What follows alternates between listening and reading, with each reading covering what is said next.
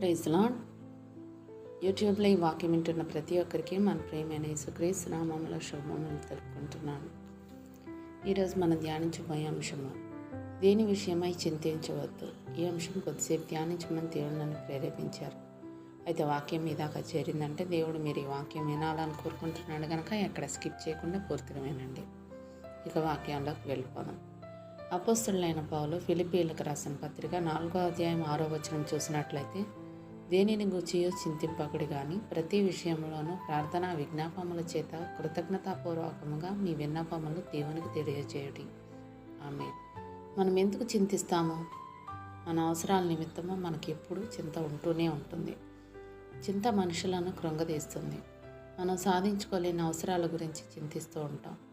ఇల్లు కట్టుకోవాల్సిన అవసరం ఉండి సరిపడినంత ధనం లేకపోతే అదొక చింత అవుతుంది. వయసు పైబడి పెళ్లి కాకపోతే అదొక చింత అవుతుంది. వ్యాపారంలో లాభాలు రాకపోతే, ఉద్యోగంలో ప్రమోషన్ రాకపోతే, జీతం పెరగకపోతే చింతిస్తూ ఉంటారు.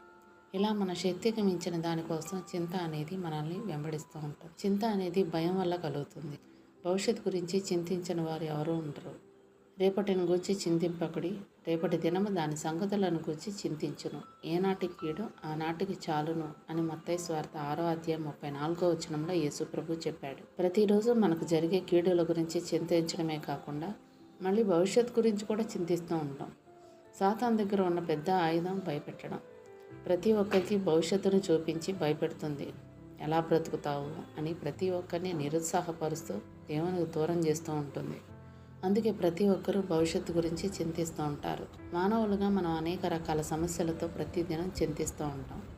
కుటుంబంలోని వ్యక్తుల గురించి, ఉద్యోగ వ్యాపారాల గురించి మనం చింతించడం వల్ల మనకు మనం ఏ మేలు చేసుకోలేము. ఎవడో చింతించడం వలన తన ఎత్తు మోరెడు ఎక్కువ చేసుకోగలడు. పొట్టిగా పుట్టిన వారు పొడుగు పెరగాలని చింతిస్తుంటే పొడుగు పెరగరు కదా. అంటే మనం సాధించుకోలేని దేవుని చిత్తం కాని విషయాల గురించి చింతించడం శుద్ధ దండగాని అర్థం. మన అనాలోచిత నిర్ణయాల వల్ల కూడా మనం చింతించాల్సిన పరిస్థితులు మనమే కల్పించుకుంటాం. మనం ఏర్పరచుకునే తంత్రముల వల్ల మనకు వచ్చే కష్టాలు చూసి ప్రభు మన కొరకు చింతిస్తున్నాడు. ఆయన మీ కొరకు చింతించుచున్నాడు కనుక మీ చింత యావత్తు ఆయన మీద వేయుడి అంటూ అపోస్తలుడైన పేతురు రాసిన మొదటి పత్రిక 5వ అధ్యాయం 7వ వచనంలో రాయబడి ఉంటుంది. యేసు ప్రభు మన కొరకు చింతించడానికి కారణం మనమే. మనం చింతిస్తూ ఆయన్ని చింతించేలా చేస్తున్నాం. చింతలేదిక యేసు పుట్టెను అని పాట పాడతారే కానీ చింతిస్తూనే ఉంటారు.